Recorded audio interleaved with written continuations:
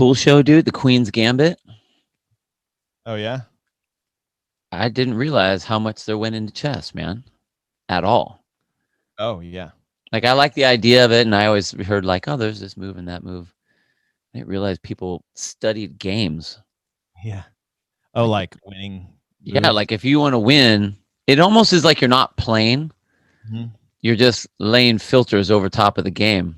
Oh, if they move this way, then let me take this other game-winning game with the title of whatever. Huh. The Knight Rook slide. The Revenge of the King's Widowed, whatever. It's weird. Yeah. It's a good movie, though. That's cool. Yeah. All right, ready? Yep, hit it. 3, 2, 1.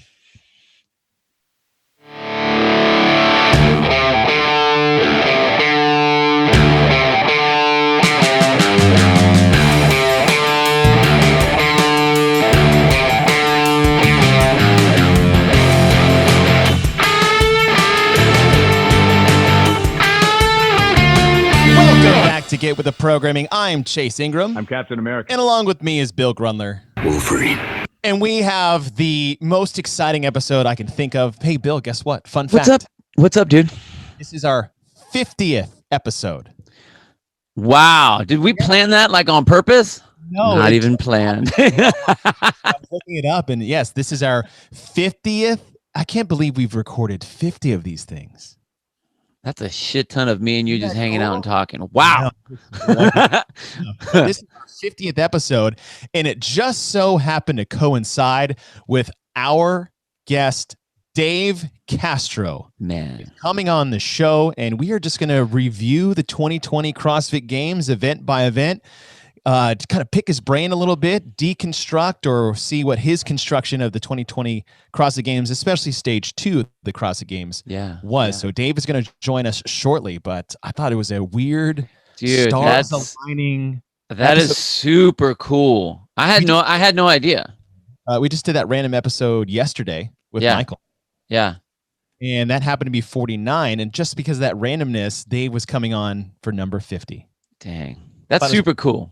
Yeah. That was pretty badass. Well, and then, I have to say this, man. Over the last, year or so, I guess maybe year and a half, Dave finally decided to come on out to podcasts and he's really opened up. Chatted up with people, which I'm still, I was happy. This is even before we even had our podcast. I was happy to hear what he has to say. So the fact that we got him on ours and we get to talk about programming. I know we get to talk about programming. I'm such a nerd right now.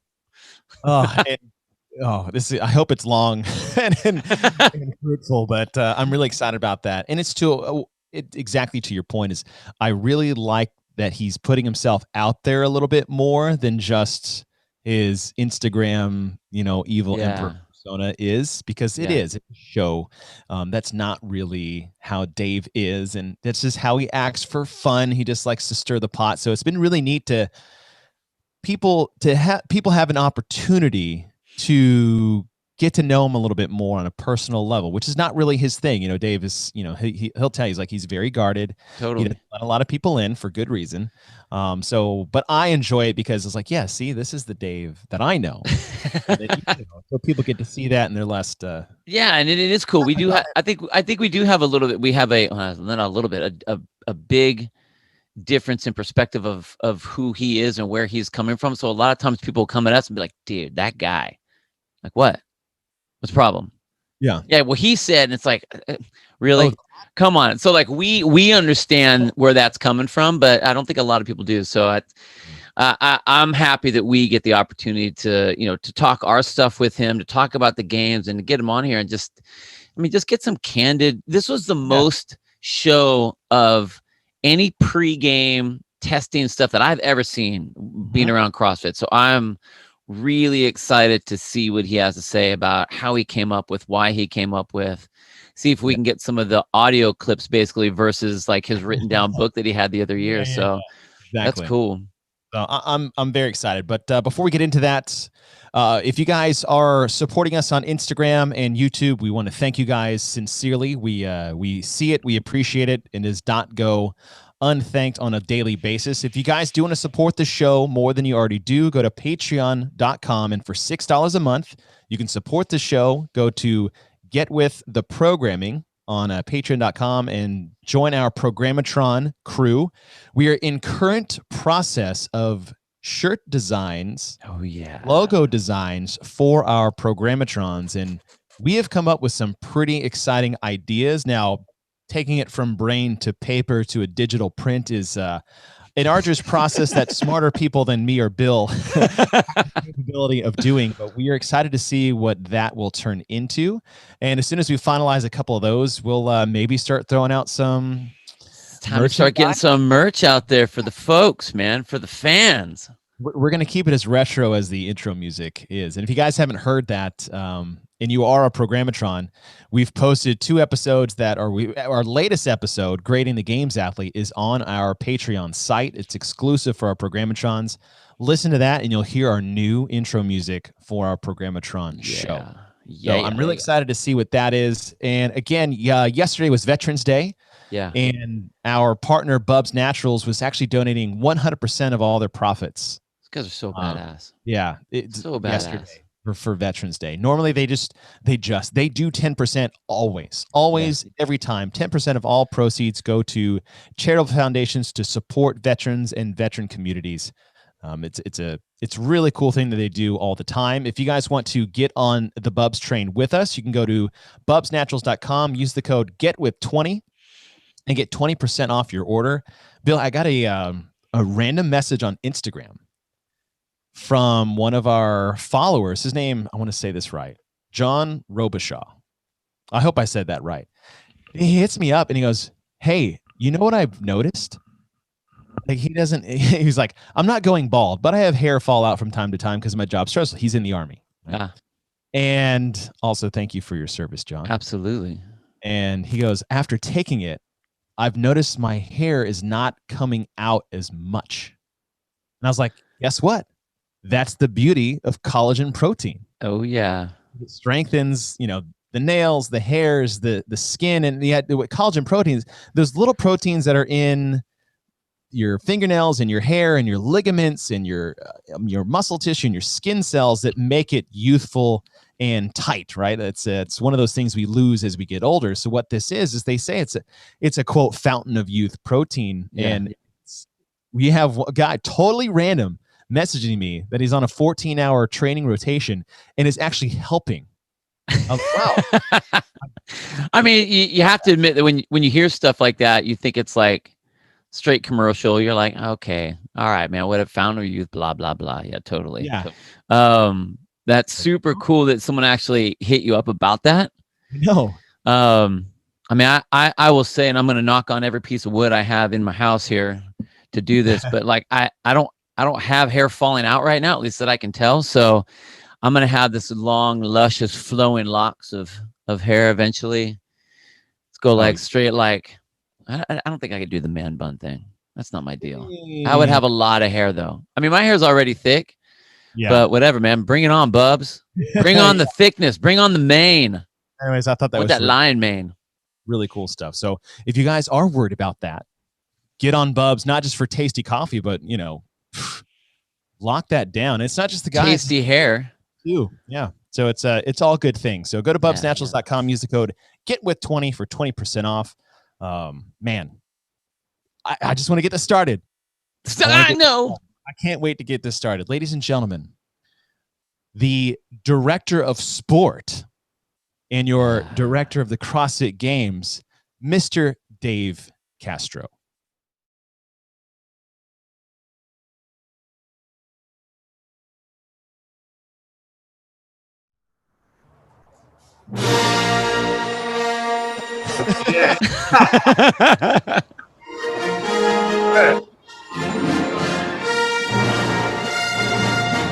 Ladies and gentlemen, Dave Castro. I hope you like your intro music. Yeah, You look very emperor like that. Back and forth between two because I didn't know which one I would best fit, but like that matched my excitement of having you on. But I also had the Darth Vader one matched up as well, just in case. That would be good too. That would be more appropriate. But I went with the positive side. So Dave, thanks for jumping on. I know you're super busy, and we've been working to get you on here to talk about the programming for the 2020 games. So I appreciate you taking the time. Yeah, I'm excited. It's a few weeks after the game, so it's the perfect time to talk about it when it's still fresh in my mind. Fresh and a time to kind of, how much post games do you need to like step away and just kind of isolate yourself from all that? Well, oftentimes at least a week or two, but this year's games were a little easier to recover from, and the new regime wasn't too tolerant of giving me time off. So like I think in the past, like we were given that space and time to kind of decompress. So many things moving with this the current org, and there was no time for that. So for a week, I was trying to decompress, but I really wasn't able to. Okay. But also the load and the demand from previous years was so. I didn't realize actually coming out of this games, I didn't realize how much the fans and everything else that comes with the games environment actually does affect me, because I was able to bounce back and recover quicker this time than the other years. Dude, by far, this was the most relaxed I've ever seen you at the game. Like, we're kicking back and laughing during, and like before it'd be like, holy shit, get the hell out of the way. Dave's coming through, and like you're in a beeline to whatever it is that you're going to. Don't make eye contact with Dave. Don't talk to Dave. I mean, all the part where you're like with Nicole, you're like, hey, does this shirt look better? Or does this shirt look better? What color should I wear? And I'm like, wow, he actually has that conversation? No way. At the games, no way. You seem way relaxed. Way relaxed. Busy, I still do that even when it's busy. So here's what we want to do. We wanted to pick your brain about the events, talk about how you came up with them, what you thought about them in terms of testing, and then in being tested at the games with the games athletes. Okay.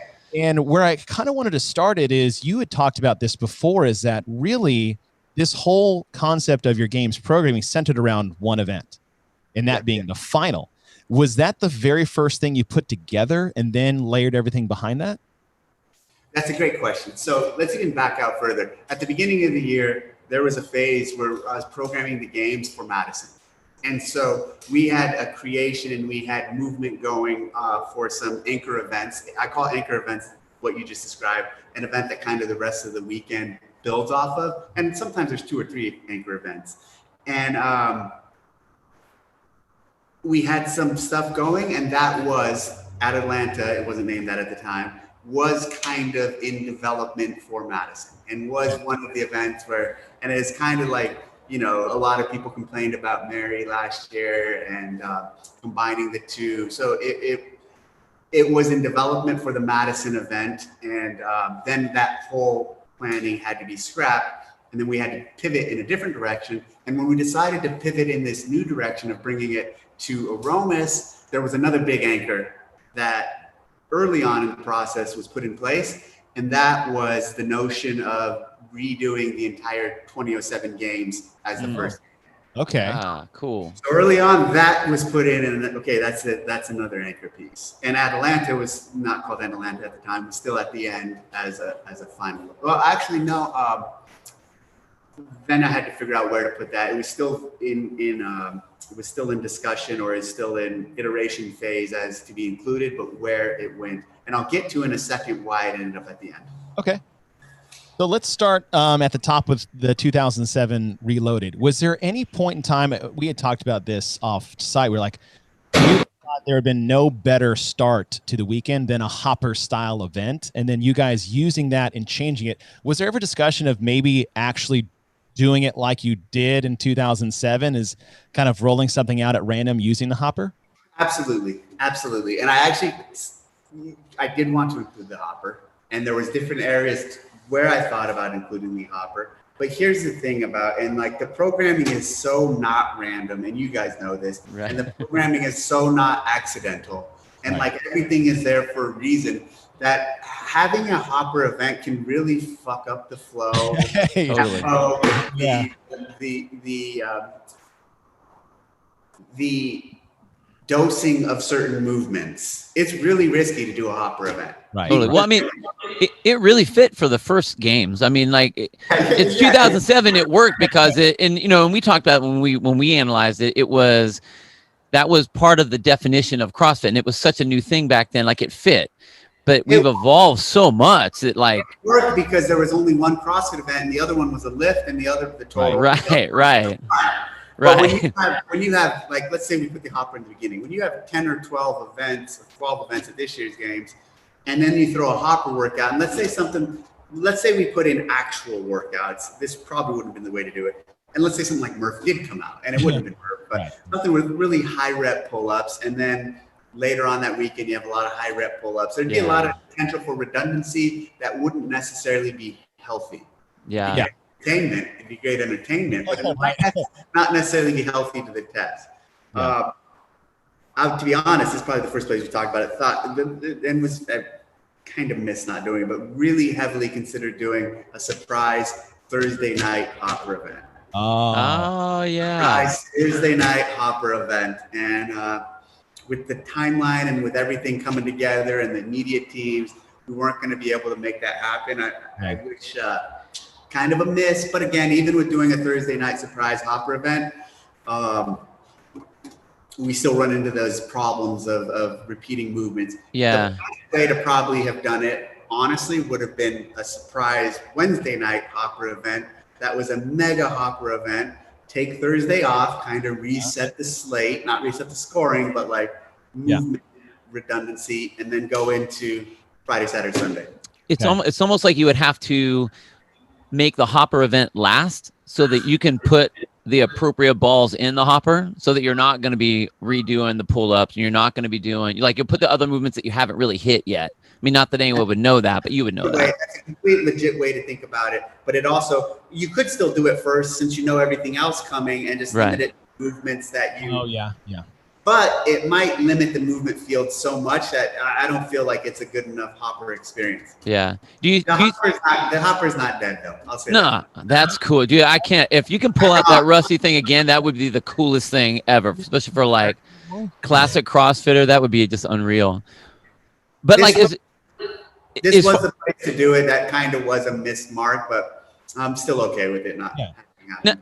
Now you threw out the on Instagram. You threw out the, hey, give me your ideas of what you think the Reloaded event is going to be. Did you see any on there that were like, oh, all right, that's kind of good, or that's kind of good, or you guys have no idea what you're talking about? We're going with my idea. I saw cool events, and at that point, it was already programmed. Yeah, it was already put in place. So let's talk about that one. So when I decided to have the 2007 games as one day, we'd already repeated the 2007 event at an early games. Right. You might have even competed at that year, Bill. I'm not sure. No, I missed those. I was on a fire. God dang it. Okay. So we competed. And when we repeated that event, on the men's side, every single male athlete, but I think one, beat the fastest time from the 2007 games. And on the female side, it wasn't as the same results didn't happen, but it was something, similar. And so I didn't want to repeat it a third time, and because the result would be the same. But I wanted to try to, make a modern version, basically in skill with the gymnastics movement and in load with the weighted movement. And at first played with 225, really wanted to try 235. Had some athletes tested that weren't ready for 235 and struggled with 225. Then got some better athletes in play, tested with 235, and realized 235. And why I wanted to use 235 versus 135 was just the 100-pound increase. Yeah. Like, let's go up 100 pounds and increase the row by 500 meters. The pull up, the 25 to 10 bar muscle ups, maybe that could have been tweaked a little. Maybe I should have just another version. I think that would have been cool. Was just, well, no, it couldn't have worked. And this is why that happened. So this is how it happens. I wasn't to say would have just preserved the 25 pull-ups, but actually knowing what was coming with Atalanta, that had to be modified to something else, and it was the bar muscle up, which still told a nice narrative and played well together. I like the bar muscle edition. One thing that was interesting to me is you talked about and people talked about this a lot before the event happened. And this was a common theme for me watching it, is how events read on paper and then how they unfolded on the testing. Yeah. And the big thing was, it was the women's weights relative to the men's weights. And I thought it was too light, seeing how the difference was. But when it unfolded in front of me, I was like, oh no, that was actually the perfect weight. Yeah, and you know what? That's a great question, and it's a great statement. And here's the thing: one of the most challenging points with all of the programming is always getting the weights right, and that's mostly all done through testing and through bringing real athletes in and experimenting. I can put on paper something that I think is about right for the intended stimulus. Oftentimes it's pretty close; it's not always spot on. And where this really comes into play is on stuff like the speed snatch ladder or speed snatch triple, or on events like that. That's where getting the loads right is really important. Did you do more testing or the same amount of testing for the events this year? I did, well, there's been some years I've done more testing of individual events. Like, for example, what was that workout? One of my favorite ever, the pegboard with I think it was the assault bike and the overhead squat, where you had to do it in a few minutes and then rest and then repeat. And then at the end. The 2-2-2-3 one? Yeah. Rope climb. Oh, that was a rope climb one.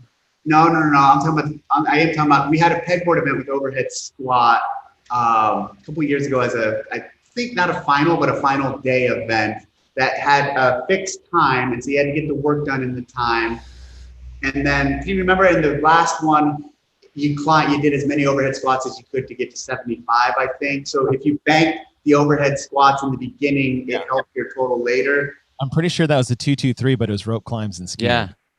It was climbs. Yeah, that was one that Noah failed on the rope climb with. Okay, but it's an awesome one though, yeah.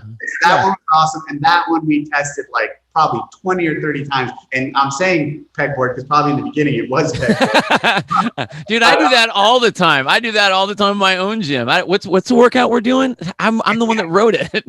I had athletes test that probably more than any other. And what other? There was a couple others. So that one we tested a lot. But so in this year, individual events, maybe event one was tested more than any other. Crazy. But for the first time ever, we tested the entire weekend.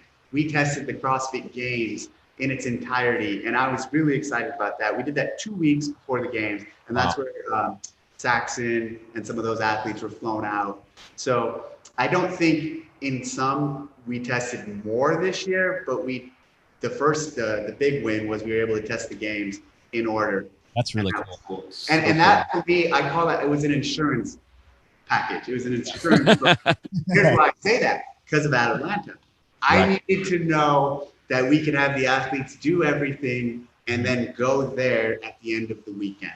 Yeah. And that's what that was about, to understand that a cumulative load of work, of demand could happen then asking them to do what we asked them to do at the end.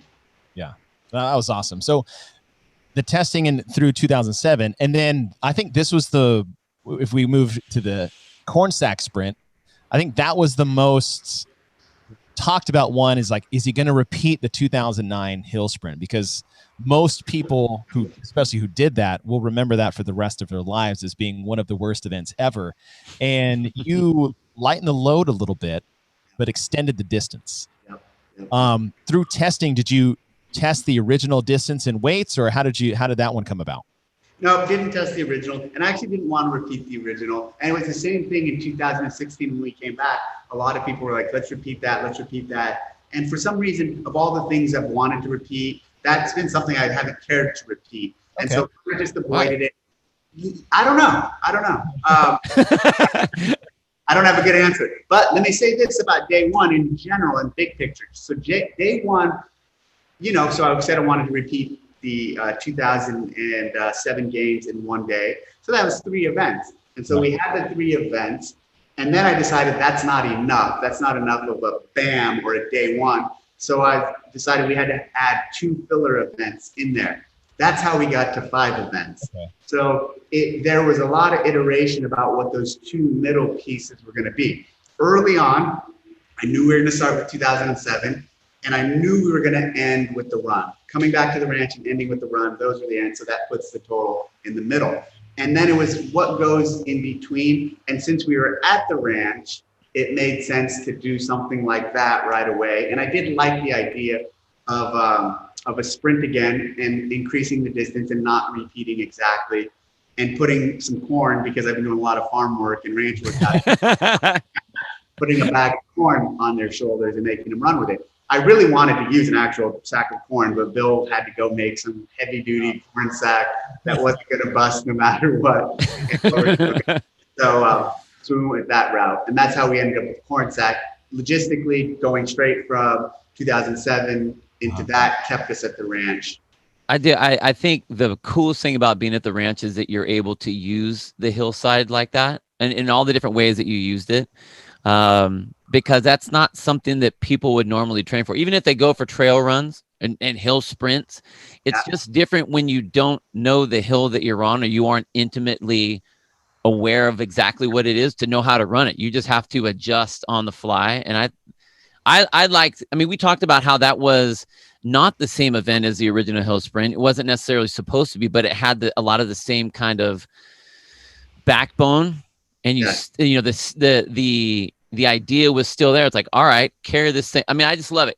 Carry this thing up there, ready to go. And I'm a big fan, as you guys are, of just that grunt work, those pure tests, those pure great expressions of, their grit, their toughness. Yeah. Their just go. You don't strategize. You just have to move. Little gut check events where it's like, skills, strength, be damned, is like nut up and go, and let's just see exactly. And you know what, and I don't think of that as a runner's event. It's not a running event. No. I mean, you're moving, you're on your legs going, but that's some strength, that's some leg strength, and that's some grit, and it's something else. We talked about that on one episode, is like, we don't see sled sprints or carries or anything like that as sprinting or running. To us, that's a definition of what a weightlifting movement is defined in CrossFit in terms of the programming. It's like you're just moving an external load in a different way. Yeah. So, okay, so we go from event 2, now we go back to the Morgan Hills and we hit the CrossFit total. Now you said, I think people were probably surprised to see the same total. Did you ever consider doing an alternative one? Yes, absolutely. I went through all the iterations. I went through all the exercise. I put the other total, whatever that one was, on the board. I looked at doing the total with different bars, and looked at doing it with different implements, different totals all together. But there's a point where it's too gimmicky. There's a point where we're trying too hard to change things. And so that's the line where I was like, all right, I don't want to completely do a different total here. And actually, if we do a normal total here, doing stuff like that is always great for people to compare to fans. People at gyms do the total, and so they can see, like, everyone can't do 2007 loaded. You know what I mean? Right. But everyone can do a CrossFit total. And so, okay, let me rephrase. Everyone can't do 2007. Everyone can't do the sandbag sprint. But here we have on day one something everyone can do, the total, and compare to. But yeah, absolutely consider different options, different movements. Some of it had to do actually also with movements that we would see later. So, considering the overhead squat, and also later we have a squat snatch for most guys in that. And I didn't want to. So yes, did consider other things, but decided to go traditional on this. And that there's tension there. There's always tension, because you can take everything and just rip it apart and make it like I did in stage one. In stage one, everything was a modification of, and even the first event was a twist, and even the last event was a twist on something classic. But I don't always have to do that, and I don't always want to do that. So preserving established things sometimes is a very conscious choice. I think it was interesting because when we saw that come up, I mean, I was like, really, man, 3 times? Like, we've already done this one. But you're right. It's such a complete point to look for the strength in the test of what you're trying to do. And you have all these other iterations and other events that you're doing. It's like, it's just like saying, well, I'm not going to do bench because it's not exciting enough, or I'm not going to do squats because it's not exciting enough. It's like, no, it's a staple. Like, it fits. You know what I mean? So as much as everybody, and there were a lot of comments about like, oh, it should be the new total because we haven't done that one yet. It does fit. I mean, Yes, exactly. it really does. And you don't have to gimmick everything. So you guys saw this in Chad Schroeder's email, but he sent this email that I just pulled up. The CrossFit Total has been an event now 3 times at the games. Each time the CrossFit Total was it was event 3 at the games. Oh. And the CrossFit Total consists of 3 lifts, and you get 3 attempts to each lift. And the athletes will have 3 minutes between them each lift. Right? Yeah, exactly. And that was not like intentional. I think that's kind of cool as far as like, I don't think Dave even thought about that. So I got a question. What was the most gimmicky version you had made up or that came up in discussion of what to do for the total? Probably using like axle bars and sandbags. It was at one point I had tasked Boz. I had said, hey, come up with a list of alternate things to do. Okay. And I'll pull that up. I don't know where it's at, but it got pretty over the top.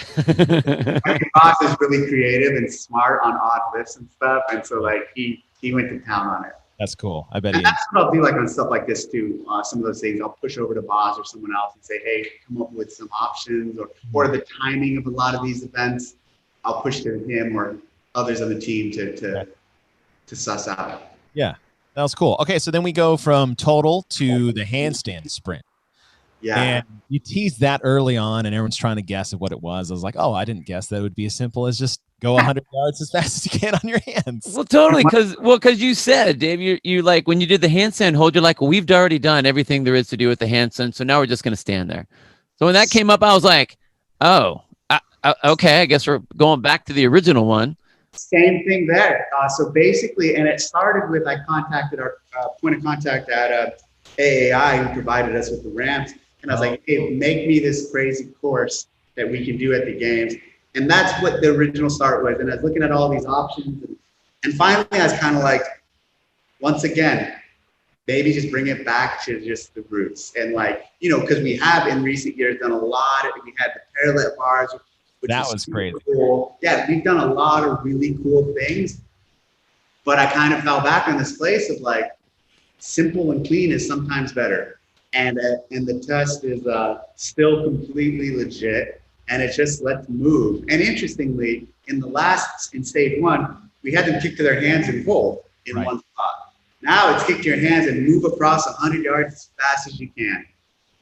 Yeah, I tried it the day before, and my hands got so chewed up from the turf. Oh, really? It also took me like 5.5 minutes, so we won't. What I thought was fun to watch was the Medeiros versus Fraser, those two different styles where Medeiros is kind of going to 5 yards at a time. It was cool to see some different. I didn't like that. Did you? No, I didn't like that. And here's the thing. If I had known someone would do that, that's gaming it. That's exceptional game. And here's what Medeiros told me. He said, hey, and I have no issue walking across. Like I could have easily done that, but I thought that would be quicker. And it was pretty fast. Had I known someone would do that, I would have made the sections bigger, 10 or 20 yards. Right. The step back sections. But he gamed it. I wasn't expecting that, especially at this stage. I wasn't expecting that. But it's okay. So I'm not like, he should obviously, we allowed it because it was within our rules. But right. Well, let me ask you on that statement. Then, how much do you think about the what ifs might happen? Like how deep do you go into those? We do a lot. And like in Boz and the team, when we brief them, we try to poke holes in these things. But like that one, I mean, even if we were here on a call a week before that, and we talked about that. I would not assume that someone would do that. You go 5 yards, kick down. Yeah. And that was just like some of the stuff slips by, that slipped by.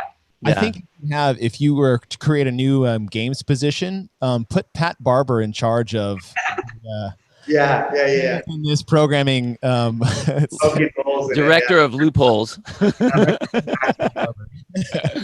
All right, then we go to, I think this is probably my favorite event of the weekend. And secretly maybe yours. I don't know. I don't want to project, but the ranch loop. Yeah, it's definitely one of my favorites. So obviously we know what the twist was. They get to the halfway point and you tell them to all run it all over again. When did that come up in conversation that we wanted to do that? So I set the course and I was working on the course and it's a new course, and it used some new area and some new land, and established the route. Had no idea how long it was. Then I measured it out, and I realized it was 3 miles. And I was like, okay, 3 miles, not long enough. I wanted a longer run, even a longer trail run, because it's kind of in the zone similar to how our other runs have been, especially using this new area we had access to. Therefore, I thought, okay, maybe we make him run a second lap. So it's 2 laps per time. And at some point when I was walking through the course and just looking at it and laying it out, I decided, even let's back up for a moment. Let's even go here. The notion of having an hour and 30-minute or an hour event at the end of the day is totally foreign. And because we had no spectators and we had nothing to be beholden to run something short and exciting and fast, that's kind of why I was like, let's put the run at the end of the day and let's make it really long. Well, so 3 miles isn't really long, but 2 laps, 6 miles would be more appropriate. And then when I was thinking about all this stuff, I realized, well, fuck, something else we can do here and probably nowhere else. We couldn't do that at the real games. Right. And here, you couldn't do it at the real games, and you couldn't do it in a shorter block, probably, or an earlier block, because of schedule and maybe the time. You put an hour long for a 20-minute run or for a 3 mile run, and people are gonna be like, what's going on, Yeah. It kind of tips them off. So at some point, I don't even remember when, but I just remember going, well, what if we made them fucking run it after they cross the finish line, turn around and run it in reverse and not tell them about it until that moment? And then I really anchored on it and started leaning up. And I'm like, this is a really good idea. And this is the type of thing we can do here as a closing event on Friday night, that like with no fans. And so I latched onto it and decided to do it. And it was definitely a highlight. And it was really fun in all the testing and iterations with athletes who came out. I didn't tell any of them the twist until the moment. And they all handled it very differently. And it was cool to see, and and the games athletes handled it differently too. Interestingly, one of the things that stood out to me is, and we saw this in testing and you saw this at the games, for the first few people, they didn't even tell the other guys coming through. So like the people coming up the hill and the people coming down, they're kind of just wondering what's going on too. Like they didn't register that they had been told to turn around. I think by the time they got to the back athletes got what was going on. But that was interesting because I figured the other athletes would be like, hey, you're gonna have to turn around, but no one shared that info right away. I'm just gonna go get some water. Well, like when we tested, exactly. When we tested it with the athletes during our testing phase, they thought the athletes were just stretching it out, like kind of going for a run to loosen everything up. Yeah. My favorite one is in testing is when you had Chandler Smith do it. Oh my gosh! And like Saxon had already done it before, and didn't share shit with him. He's like, I can't wait to see you implode like I did.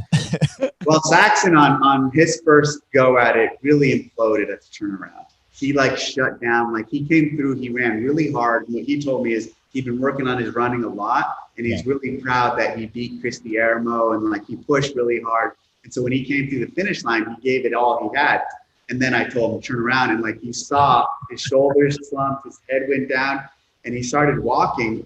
And Christy Aramo came through, and I told her, she smiled, and she turned around and she passed him early on, and then went to get the fastest time the testing group. I think there's no better way to take the trust from all the athletes from the rest of the weekend than to do that on the first day of competition.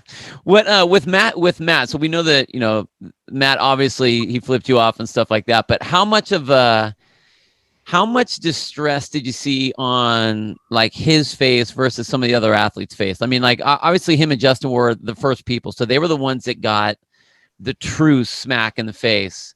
Yeah. Probably obviously more than anybody else. But what kind of expressions did you see, or confusion did you see, or did you see any confusion from the other athletes there as they got turned around?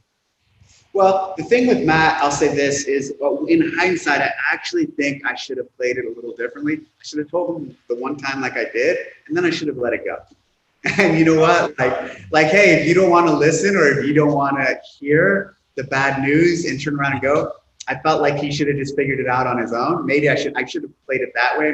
Maybe so Justin could have kept running, and he could have figured out like, hey, are you serious? And it's like, well, take a look at what's going on around you. Yeah. And but it's fine with how it was played. But I also thought about that after the fact, like, because I really didn't expect him to like contend or to not believe. Because here's the thing, I was talking to someone else about this, and they talk about me being a joker or fucking around with people. Yes, it's all true. I do that, but you guys know this, especially having been around me for a long time in so many different aspects of CrossFit. Not when it's game time or not when it's right. when it's game or in its work. Like I'm all on, and I'm all work, and I'm all business. So like that Matt kind of thought I was fucking around. Yeah, I fucked around with people, but not in that environment. Right? Yeah. So unless I mean it. Right. And I had people, message me on Instagram or whatever. And like they were, it's like no other sport would this ever happen. It's like, you're completely looking at it the wrong way. Is like, one, I don't think this is something we could ever do again, but this is the best time to do it. But like in the whole creed of CrossFit, of being prepared for the unknown and unknowable, this was actually one of the perfect opportunities to throw. Bingo. And I take pride in that notion that no other sport does that or could do that. Because you know what? I don't take lead from any other sports. I take lead from us and from CrossFit and our guiding principles. And that's what makes it unique. And that's what makes us stand out as so unique and so above everyone else that we can do stuff like that. And we will do stuff like that. Yeah. I loved it. I wish when I think Justin had sat down the whole media department that was on site and told us the twist, but there was no camera to capture our reaction because we, like, our jaws dropped to the floor. You should have seen Tanya Wagner's reaction. You would have thought her dog or something. It was, I thought that was amazing. I actually, how impressed were you? And, we'll do this and then we'll get to day 2 with Matt's performance on that based off what happened and everyone who tested it. Oh, well, shit. Even him and Justin. I mean, they were head to head the whole time. Yeah, very impressed. And it goes to speak, here's the thing. In testing, most people who crossed first then didn't finish first. So interestingly, I'll tell you this much. Had Matt not also won that would be a huge controversy right now. That would be how unfair it was. He gave it his all. He crossed the line first. And then because of your new twist, he then fell back to second, third, or fourth. And there'd be I'm going to say a valid argument because it's still stand behind it, but there'd be some argument to it. There'd be some validity to that notion. But he won it. I mean, he finished the first half and he won the second half, so he didn't have any issue with. So basically, it was a non-issue of going as hard as you could on the first and then having to run it backwards. It was crazy talking to. So interestingly, so on that note, that did happen to Tia. Yeah. So that statement I just said did happen to Tia. Tia came across first, and then she didn't finish first. Right. It was funny listening to Adam Neifert, Justin's coach, talk about that and said that Matt and Justin were like, okay, let's cruise together. And Justin's like, okay, that sounds good. But Matt was running, like Matt's cruise pace was so hard for Justin. Like he could not, like he was doing everything he could to keep up until that last hill. And then Matt just like opened it up and Justin was like, okay, second place it is. All right. And just let him go. Couldn't hang with him. That was insane. That was a really fun event. And so we go to day 2 to start it off. And this was, again, one of those where when you released it, I was like, okay. But then once I saw it, and then once I did a version of it, I was like, is the toes to bar and kettlebell lunge one. Yeah. I'm assuming there was multiple versions of what this Yeah, for sure. And at one point, even a few weeks. So all of this weekend was programmed even us cutting down to 5 people. Okay. And so, there was a point when all 30 were going to come to California to do the games. And then the COVID came back strong a second time. And so we kind of went to this smaller format. And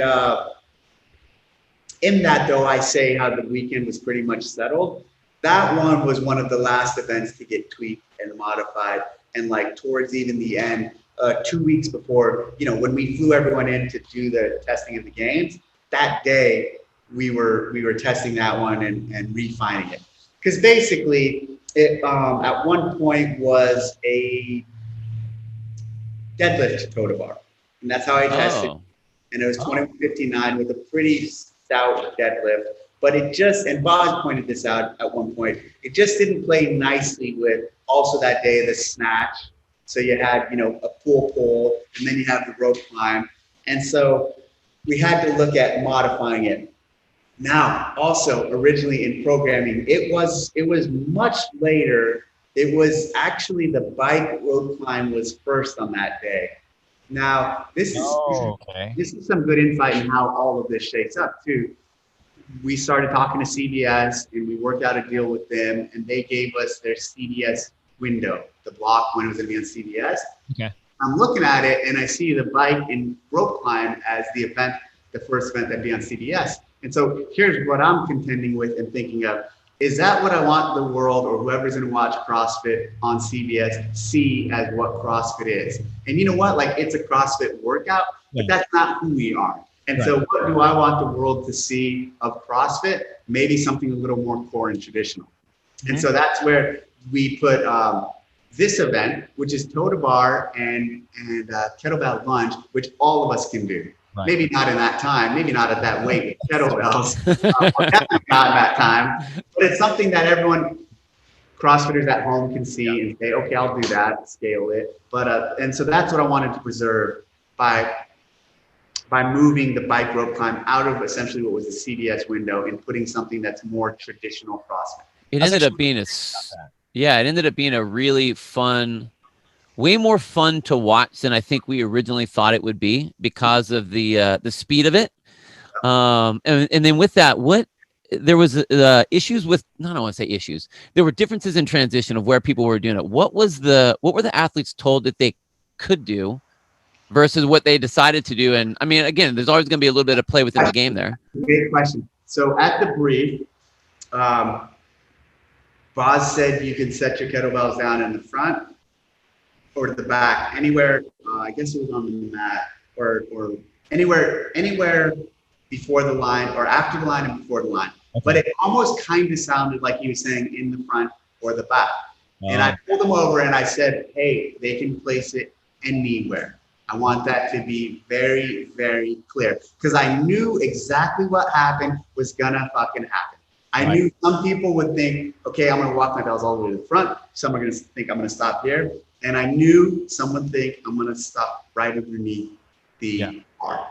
Yeah. And so I said, hey, Boz, rebrief that portion, recover it, and say anywhere in between. And so Boz made it really clear. And I thought once he did that, I was like, okay, maybe at this point, they're all going to hear what we're trying to hint towards. Right. And he told them, you guys can set the kettlebell anywhere in between the zone. So when we stopped going down and I saw people actually walking all the way through, I'm like, what are you guys thinking? Like, you know, how could Matt and Tia be the only athletes that think, okay, I'm going to walk them right up underneath my bar, set them down and go, and then pick them up and go. Because I didn't want to dictate where they had to place them, because leaving that piece is a significant strategy, a significant choice they have to make that has a very big outcome on the time. Yeah. I mean, and it made a huge difference in both. My point is it was totally clear. Although not, like the only thing we didn't say, and I'm glad you didn't say it, we didn't say you can put them underneath you. We said you can put them anywhere, and they just had to kind of figure that out on their own. I think it's almost, and how soon before the race were they briefed on that? That morning. Okay. So I think on a lot of events, you hear the event initially, and you get that first idea in your head as an athlete. And you kind of lock it in. You're like, okay, this is what I'm going to do because this is going to save me. And I think even T even said it. She said, I chose to go here. I could probably get a little bit more rest, which maybe would have been a good thing. But she's like, I ended up not needing it. So she was thinking that way, whereas other athletes were thinking, okay, I'm going to give myself that little bit of rest so that I can hammer through. So it was really interesting to watch them decide. With the time domain, that's not the place to think rest. No, agreed. With that time domain, that's the place it's a gas pedal event. Yeah. And so that was a 21:59. Then we ended up going to the 30:20:10. We experimented with different weights. And really what made that also so exciting is the simple fact of like, and at the game, we have this luxury where most other competitions don't, but we can tell Rogue, hey, I want you to place one rig here, 30 yards away, I want you to place another rig, 20 yards away, I want you to place another rig. And so we build it to show the spectacle. If you went to a sanctional or a regional or any other event, they're not going to have 3 rigs. They're going to have 1, and you're going to do it back and forth. And so it's not going to lay out as nice of a race. Yeah. Visual. I thought that was some of the cooler things that you can do at the games is that visual part. And having Rogue being able to build stuff like that. Oh yeah. No, it was massive. Yeah. That was really cool. And I think how much, I mean, you've talked about this before, and I feel like it's evolved over the years. Like you look at 2007, it was just a perfect, elegant test of fitness. 3 events, we hit all the modalities. Almost, when me and Bill talked about this, we hit every category of what is, testing fitness. It was amazing. And then you get to, as things grow, it's like you took a big evolutionary step in the spectacle side, but still made it about the test. And how hard is that for you to do? It's again, like to use this term tension, there's always tension between the two. Like you can't just all bias towards the spectacle. The test is priority, but also making a good spectacle is very important. And so to go back to stage 1. So, and we, I think we even talked about this, the comparison of stage 1 to Rogue and their online event. Everyone talked about how better Rogue's online event was as a visual. And there, for that stage, we didn't choose to make the person sitting at home or the consumer the priority. We chose to put the athlete and the test as the priority. And in doing that, we came up with a format where they did it in their local times, and we didn't release the video or their times until everybody's was collected. And that was the most fair way to do it for the athlete. Oh, 100%. Yeah, that was awesome. So through these different stages or through these different events, there's multiple different aspects we have to put a priority on. And like with this event, this was kind of the event 6, it's kind of ideal, and we can put a priority on core CrossFit, on a traditional couplet, and also have a great visual. Yeah. I thought that was and so on that note, there's some workouts that are great events, and there's other workouts that are great training and great workouts. Exactly. So like they don't make good events. Oftentimes, AMRAPs, great training, great way to do CrossFit, but they usually, unless you have some really good visuals to support, don't make great events for in-person games or in-person.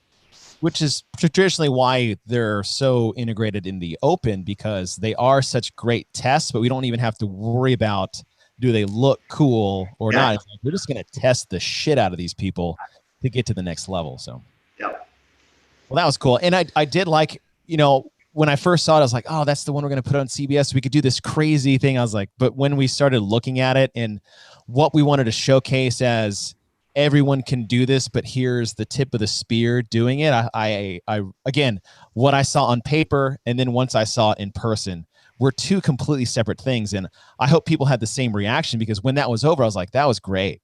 That was great. I have thoroughly enjoyed that event, and I didn't think I was going to. Yep.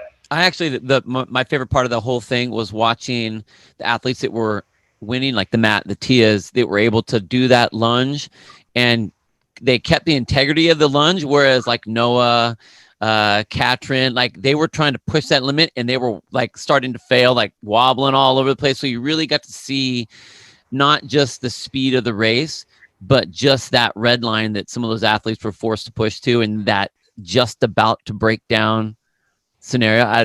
I dig that. I love seeing that.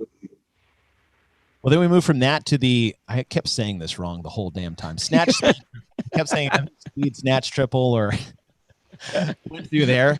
Now we've had speed ladders in the past, whether it was 1 bar or 5 bars or 10 to 2, or how many iterations did you have set for this? So this ended up as a triple logistical reasons. We were planning the event at this time all at the range, and one of the primary floors was the basketball court.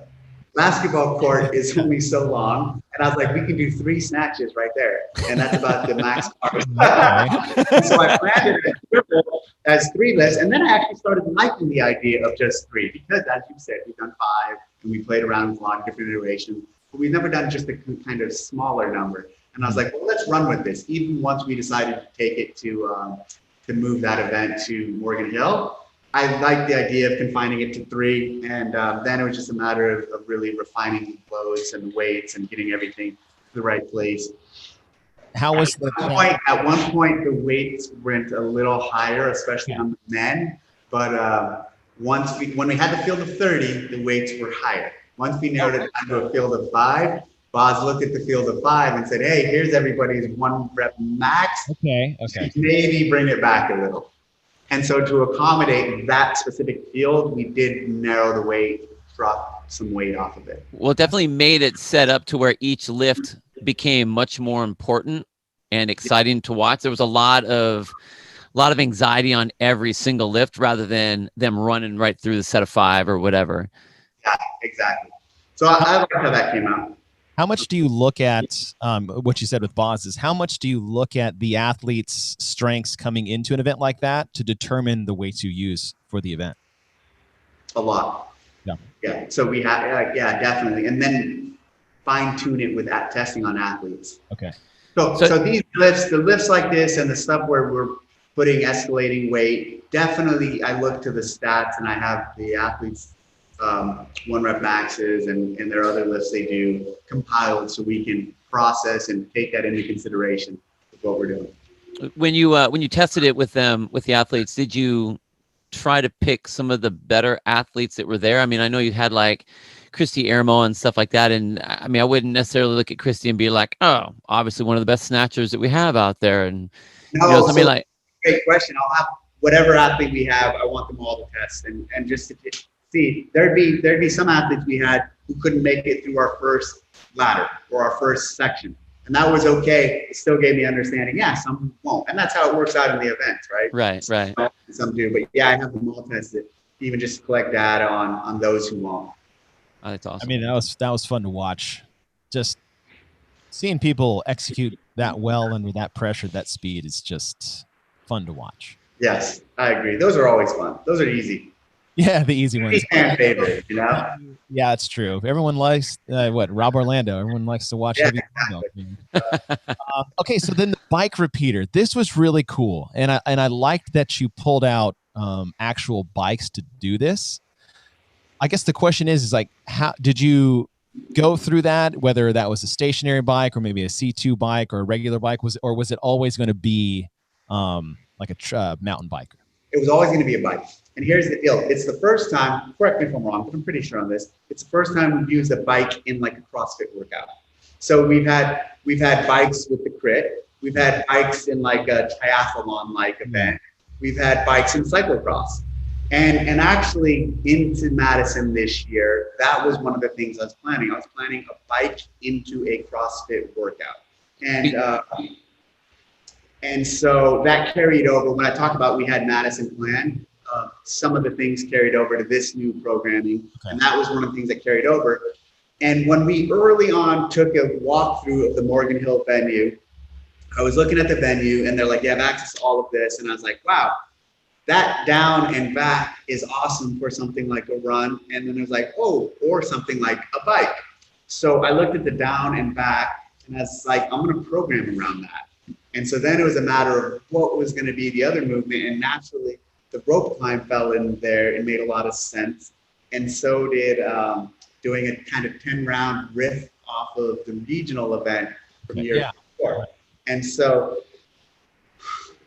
we tested it. And the visual of it, we tested it here at the ranch. And interestingly, at the ranch, the road's paved. So they're able to go, it seemed like much faster. The time was almost identical, but it just appeared like they were biking quicker because they were on the road. I really like the stimulus. And of course, one question the athletes had and some of the other people on our team was, why not do 2 rope climbs? And like, yeah, that's a valid question. And why not? But why? Like, it's a different workout. As soon as you do 2 rope climbs, it's an entirely different test. It's not this, again, a gas pedal for 10 minutes. Well, actually 14, 15. You have to pound this hard, and you can't think about climbing the rope. You just have to climb the rope. And that's why it's one. You're just trying to capture this idea again of just like, this isn't strategy. This isn't how much rest am I going to take between each rope climb. You just have to redline, and you just have to go. And that's what I want to do. When you look at an event like that and you are going to put the bike in there, I mean, you had a Watt bike in the Killer Cage way back when. Oh, the Watt bike.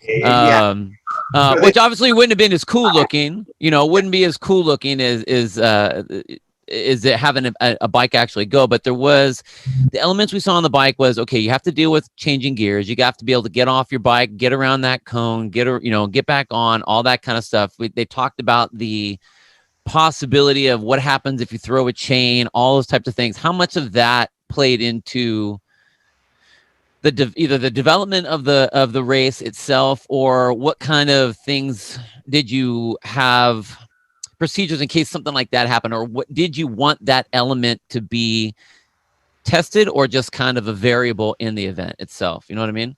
At the turnaround, they didn't have to get off. I don't think you were saying that, but they had to get off obviously at the rope climb. A lot of them chose to get off at the turnaround. I don't want equipment failure to ever be an issue, or I don't want the equipment to hold these guys back. And oftentimes, not often, it didn't in this event, but sometimes it can be. And so on that event, we had bikes staged throughout. We had bikes halfway. And so if a chain did pop off or something did happen, there were some protocols for what you were supposed to do. To back that out and to take it to the crit example, so we had, I think it was Valner popped the chain. And people will say that was bike, or that was a faulty bicycle. It wasn't. I know. All the professionals I know and the people who actually saw, it was him mishandling the bike. Yes. Essentially shifting out of, when he shouldn't have been, or mashing on. It was during the turn. Yes. That dead man's turn. And I think he actually broke the peg off the bike. And what he did is he crashed into Brandon Luckett and almost killed him. And so Vellner, it was user error. So everyone tried to make a martyr out of him. We talked about this earlier. It was I was on the corner because I knew this was when shit was going to go down. I want to watch this. So yeah, for sure. And so that's what I wanted to say about the bike. Luckett is a really, I didn't know it was Luckett. He's a really cool dude. He came out and he was with Saxon. Yeah, I saw that. And such a great kid. He just needs a little more experience. He lost every single event to Saxon. Oh no!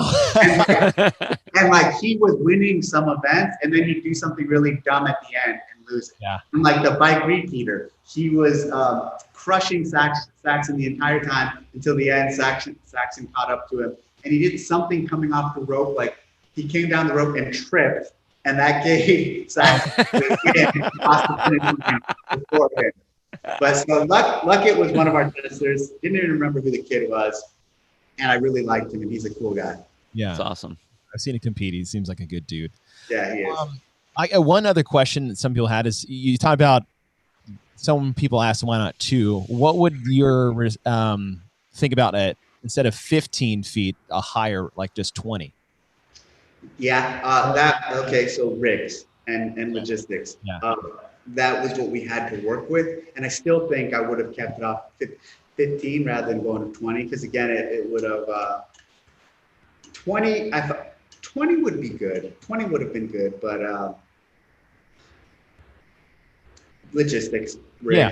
Because to build a 20-foot rig out there too would have been a bigger commitment, and we already had some big rigs out here. In your time frame, how and you talked about walking the grounds, and you've said this a lot, is you want to be out there before so you can really take in the space to help with your programming style. How much time did you have between getting Morgan Hills and then trying to reshift the programming? I don't think there's an S in Hill. I think it's just Morgan Hill. Oh, is it Morgan Hill? Okay. Yeah.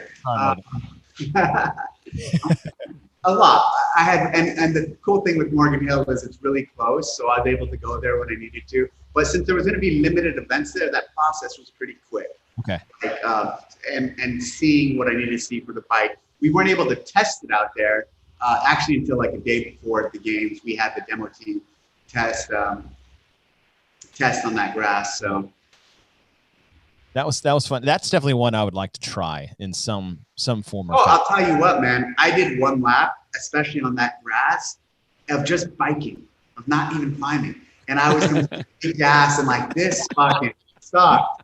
And everyone else who did one lap down and back, it was hard. It's hard. I can't imagine trying that event, to be honest with you. I guess people don't really take in consideration how tough it is to go through grass and how much resistance that puts on the bike itself. Absolutely. And these guys, that they're doing that 10 times and going really fast and climbing a rope, it was really impressive. That event is a sneaky, hard event. Like for the rest of the world, that's not easy. I think the best that if your brakes were slightly touching the tires, that's probably the same resistance you would feel just going in grass versus just a asphalt street. Yeah. Okay, so bike repeater, and then we go back to the ranch for Happy Star. Now, this was a really cool event. It was very unique. I think when I first saw this, I was like, man, this would have been a cool one to put on CBS just to like showcase the ranch. And another cool, like this is a pretty classic CrossFit minus the trail runs, but I thought this was a very neat and nasty event because we've done ascending reps with the same weight. We've done ascending reps with decreasing weight, but we've never done both at the same time. So I thought this was a classic Castro twist to a format. So a couple things on this one. When months ago, like 7-8 months ago, or maybe it was last year, we had a CrossFit Kids Summit out here. And so all the CrossFit Kids trainers came here and we put on a training for them. And at the end of the day, I programmed a workout for them. And when I was looking at the workout, it was going to be a snatch, burpee, and run team workout. And it was going to be like 4 or 5 rounds of run up the main hill, the main trail. So it's going to be like 10 snatches, 10 burpees, run the hill, 5 rounds. And I programmed that and I sat on that and I was like, that's cool. But I was like, here's something I've never done and we've never done. I go, why don't we use a different run route up a different section of the hill each time? And I was like, I was so happy. I was so proud of myself. Like, this is brilliant. The whole workout's going to be the same, but each run is going to be a different course. And you think about it, in any workout that has a 400-meter run, Helen, or anything like that, how often, I'd say almost never, is each one of those legs a different course? Totally. So I was like, this is super cool. And so I briefed it that way. And since it had 5 points and it was a CrossFit Kids seminar, I called it the Happy Star. I go, this is the Happy Star workout, like a Carl's Jr. Happy Star for kids. And, like the kids meal. And so fast forward 6, 7, 8 months later, after that event, when it came time to that we made this decision to bring the games to the ranch, I was like, Happy Star.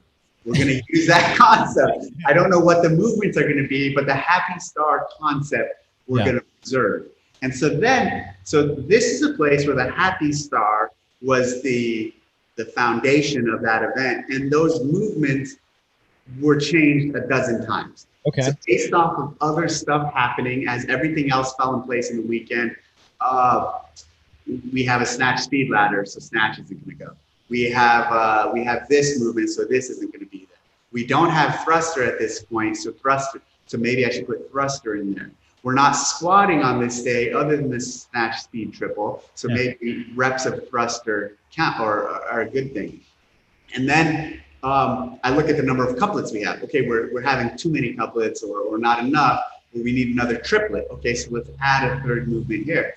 And what makes sense? Okay, I want it to be a balanced triplet in my mind, being weightlifting, gymnastics, and monostructural. So let's add a body weight movement here. Well, how about the burpee? And then interestingly, it was a bar facing burpee for most of the time until like a day before that event. And so we have that rig up and I was like, oh, you guys have these bars. What if we just place the bar across the bottom of the rig and then we can use the rig? So Bill built this awesome rig. And at the beginning of the weekend, we only had it in play for like one event. Right. I'm sorry, before the games even started, we had it in play for one event, and that was the final. Really? And so, yeah, and like that week leading up to the games, 2007 was going to be down on the pad on the original 2007 rig. Okay. Yeah. Then as we looked at it and I looked at that super cool rig, I was just like, man, we should pull this in. So we moved, like probably on Wednesday or Thursday, we decided let's move 2007 up to that rig. Rad. That's awesome. And then once we did that, that's when I was like, well, what about Happy Star? Because Happy Star, as of the next day, was going to be next to that rig, and they were going to do thrusters and burpees, and then they're going to run up the hill next to the rig. And I was like, well, let's move it to the rig. And then I was like, well, what if we put the bar across the bottom? And they did that, and we played with it, and I'm like, this is awesome. Yeah. So that's how that, and I didn't, so I'm all over the place now because I got excited, but that's how that bar ended up happening there. It was at the last minute. The runs, don't even know the length. It didn't matter. I just said somewhere up there, somewhere up there, somewhere over there, and somewhere there. And backing out of that event a little, when I put the whole weekend on a whiteboard and I look at, there's so many different things I look at, but on this point, I was looking at descending rep workouts, fixed workouts. We had a lot of descending, we had a lot of fixed, but we had nothing with ascending. Right. Like, this is a perfect place to put some ascending reps and weight. And you know, and on the thruster, when you look at that on paper, like, that's not heavy. These guys can do way more than that, but it didn't need to. Yeah. And it didn't, and I wanted something in this interesting spot of like 7 to 9 minutes, and not necessarily 10 or 11, but somewhere in that middle. And that's how that all came to, like, we tweaked it to be right in that sweet spot. We tweaked it with some reps going up. That, like, on paper, those aren't heavy thruster weights. We can all do that. Yeah. You guys can all thruster that weight. But, there are two events of the whole weekend that like were absolutely my favorite, and this was one of them. And I just loved how very OG it was. It didn't have to be. I mean, I love the fact that they had 4 different runs and that they weren't necessarily the same incline, the same distance, the same setup, the same, you know, the field, the way that the ground was packed on it was not exactly the same in every single area. That was awesome. And then it was, you had your run, you had your classic burpees and thrusters, and then the weight did get heavy. Like you saw all the athletes when they got into that last round, they had to think about every single one of those reps that they were going to do. It was awesome. Yeah. It was awesome. And even it was so cool. There was on round 3, there was some route selection so we said you can get there anyhow. And there was some route selection that Matt took advantage of. Instead of going beeline straight, he went straight up and then across. And at first it looked like it was adding more distance, but it paid off to be a better route for him to take a little lead. And even on that, did you just tell them you go from this point up to that point? Or was there a follow the path? Or the only 2 routes, the first leg and the second leg, we forced him to run. The first leg and the last leg, the first round and the last round, we forced him to go around a black pylon. The 2 middle ones were anyhow. Okay. Yeah. I tell you what, that whole description, how you were getting excited, my smile slowly got bigger and bigger because I was like, oh, he's like full Dave programming nerd mode, which just strikes this like warm feeling in my heart. that one. Yeah, it's one of my highlights too. And what me and Bill will talk about this sometimes is some of the events that you program, the hidden element in the event is the shortness of the movements or the time frame that you force the intensity without actually telling them they have to do it. So like the distance of your runs, they actually made every run vital. It wasn't a break time. The rep schemes early and then the weight increasing is like that almost forced an intensity that the athletes had to want to go to if they wanted to be successful. And I think those were some of those things that people don't really appreciate that you do that are not written down on paper. And that is a classic old school kind of feeling workout, especially where it was done, how it was programmed. Like that even sounds like something you might see on main site back in the day. No? Yeah, totally. Well, and then I love it. Even if someone is going to go out and do a workout, they don't have to have, I need to know exactly 300 meters. I need to know exactly 200 meters. Like just go run here to there and then do some stuff, you know? And then the other thing is this is like no one, unless they're at the ranch, no one can repeat this one and go, oh, well, my time was, and so you don't have that ability. Yeah. That's a great point. And that's why others that people can repeat is so important. Yeah. So when you look to that first event of that first day, they're the 30, 20, 10, everyone can repeat that. And then at the end of the day, we close it with something that nobody can repeat. Yeah. Right. You got to be here to enjoy that one. You can repeat it conceptually. I mean, you can repeat burpees and thrusters in a run, but you can't repeat that exact. It's okay. Right. Now that was really cool. And I think one more thing about just being on site there at Aromas is that I got to go there for the first time while we're there, and I'd never been before. And people say this all the time with a lot of things like, oh, you got to be there to see it, or it doesn't look as good in this picture as it was. Like the steepness of all of those hills is unlike anything I thought it actually was. And I thought I had a pretty good concept of what it was. Those are nasty elevation changes out there. Yeah, they are. Absolutely brutal. It's not everyone who comes here and runs it or walks it goes, wow, this is much more steep than I anticipated or thought. Yeah. So I thought that was really cool.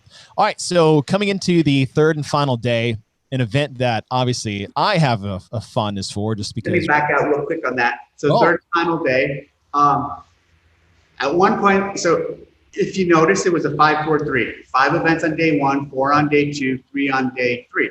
At one point, it was a 5-5-5. Oh, that was a little aggressive. At another point, it was a 5-5-4, and then it was still aggressive. And so then I was like, okay, let's just do this natural descending. And knowing though it's culminating in something massive. Right. So 5 on 1, 4 on 2, and 3 on day 3 was not by accident. That was very much by design, and also to set them up for success on the final event. Well, meanwhile, nobody knows what the final event is yet. That's which is actually like 3 events on its own, man. Come on. Yeah, exactly. I cannot imagine a 5-5-5. No, it was not right. Are you gonna save the ones? Do you ever do that? Like ones? Yeah. Stuff carries over. Absolutely. Okay. I don't think there's anything here that was saved carryover, but that happens a lot. Okay. That happens a lot. All right, so we have our 3-day. So this event. So the swim. Love it, by the way. Yes. Yeah, this was one of my favorite. This one in Happy Star, by far, one of my favorite events. This was one of my favorite because this is not traditional CrossFit. This is like so outside the box, but really fucking cool. It is still CrossFit. It's still absolutely CrossFit, but like not what we're used to seeing. So a few weeks before the game, maybe a couple months, we had some testing athletes and we had availability to the pool in Morgan Hill. And so we're going to go there and test. And at this point, I knew I had swim on the board, or we had the pool for Sunday. We had swimming, and it was a matter of, I wanted to do not just a straight swim. I wanted to combine it with some CrossFit elements because we haven't done that in a while. So it was a matter of what elements are going to go with that. So I looked at the rest of the weekend, and we hadn't done GHD. I was like, plug it in. And I kind of wanted to do D-ball slams. And so I was like, plug that in. That was the only part that I was like, what the hell is happening right now? Where are the battle ropes? Where are the battle ropes? Yeah, exactly. So we were loading up a trailer to take the GHDs to the pool. We threw the med balls in there. I think we threw a couple other items in. I knew we were going to have barbells out there. And we took it out to the pool. And so then I was like, okay, and again, when you looked at, we had descending triplets, fixed couplets. You looked at the structure, we didn't have anything interval. So I was like, all right, let's program an interval-like test. With a test that has built-in natural intervals. And somehow we ended up with this assault bike, swim, GHD, and slam ball through different iterations. At one point it was only 3. And then again, I look at the number of triplets we had. Let's add 4 movements instead of just 3. We tested 1 round of that. And then it was like, okay, we're going to rest a minute and a half, we'll rest 2 minutes, and then we're going to walk around the pool and go back to the other side. And somehow, I don't know if it was Boz or I think it was me. I was like, fuck it. Let's just go backwards now so they don't have to walk around the pool. Because Boz said, hey, we might not have enough time for them to finish and reset each time to get around. And I was like, perfect. They'll just have to do the work in reverse to get back. And that's how that happened as we laid it out. We're there testing. And it was almost a function of which became a really creative expression of a function of logistics, getting the athletes back to restart every round. But then that it came out of the need to get them to the other side of the pool and rubbers work backwards to do that, played out super cool. So like there's two different versions of the same thing in one test. Right. And then it was a matter of getting the 4-minute time right. And if it was going to be 2 times down or the 4 total rounds we did. And we played with it at the pool and then we had to play with the actual reps. I think one of the early versions we did had more calories and maybe more GHG. I wanted to be a little more condensed and played around with that a lot and got it to where it was. And I think that was one of the most creative of this weekend and one of the most exciting, just in terms of application. Maybe not, even in visual it was exciting, but it was a cool test. One of the cool things about the swimming part of it's the first time that the swimming you actually had to race. Everyone else before, when they would do it, they just did the swim. I mean, it was a race, when you had the distance or whatever, but it was more about getting through it. This one you had no option but to go fast. So you talk about like the evolution. We've talked about this all the time, especially on the broadcast side. The evolution of that particular element with the CrossFit athlete has been, I think, the slowest of all the different, whether it's gymnastics or weightlifting or whatever. And now all of a sudden they have to race and they're racing and pushing. You got that skill. Plus now you have to do it under, are you going to breathe? How many times are you going to breathe? And then you got to get on the bike or just come off the bike to go into that. And then that interval, like you usually will only see intervals in testing, not in event style like this. And I mean, you did it in the 2-2-2-3 before, but not having that much rest where they could, I mean, I don't want to say fully recover, but they can much more recover, which means that they can push that much harder. And that's why it just, I wasn't expecting them to be as crushed as they were on those events. The evolution of intervals, to me, the games to a large degree are a test of recovery. And so macro recovery, day by day recovery, and scale that into like event by event or like in between throughout one day, in between multiple events. And then if you even narrow it down, how about testing recovery in an event? Yeah. And that's what that's trying to capture. On the male side, it seemed that everyone entered the water and they were all, like you said, swimming as hard as they could. And they all pretty much were together. They seemed to like ability. On the female side, Tia was much better swimmer than everyone else. Like they all got in and Tia sometimes got in behind and then she'd pass everyone. Totally. Correct me if I'm wrong. I don't feel like I saw any male stand out as being so much better of a swimmer. They all seemed pretty consistent. No, actually on the male side, it was more of a shock of who wasn't doing as well. But like when you'd see Noah all of a sudden kind of falling back. But for the most part, like there was a race. It was really close for everyone in that group. I want to riff on something. I heard this rumor from someone that there was this notion that the final day was programmed to benefit Noah and play to his strengths. And so as to make it more challenging for Matt. But here's what's funny about this. This was programmed, again, this whole weekend was programmed almost entirely before even stage 1 happened. So like we had no idea who the athlete, I had no idea who Noah would even make it. And there wasn't any big, and here's why people know this, like we flew everyone out. We have our pre-production meeting. Even before that, I'm telling you about this weekend, 2 weeks before the games where we tested. We had flown everyone out for our pre-production meeting, even before phase 1 was even in mind. Oh, wow. And you got to remember, this whole event was planned to be done with all 30 and 30. That would have been a different games. Not only for the leaderboard and the scoreboard, but also then we would have had heats. Then we would have had it would have just been a really different event if we would have had all 30 men here and all 30 women. Yeah. I thought it was a really cool event. Again, like I said, this was a theme for me is how it read on paper. I was like, that doesn't seem, I was like, to me, it's like, it's just a swim, the GHDs and the ball slams or whatever. But then once it unfolded, I was like, oh my God, this is. Well, let me say something about that, because that's a great point, how it plays on paper. Oftentimes, I'm not trying to wow people with how it plays on paper because I know the athletes and the intensity will raise it up.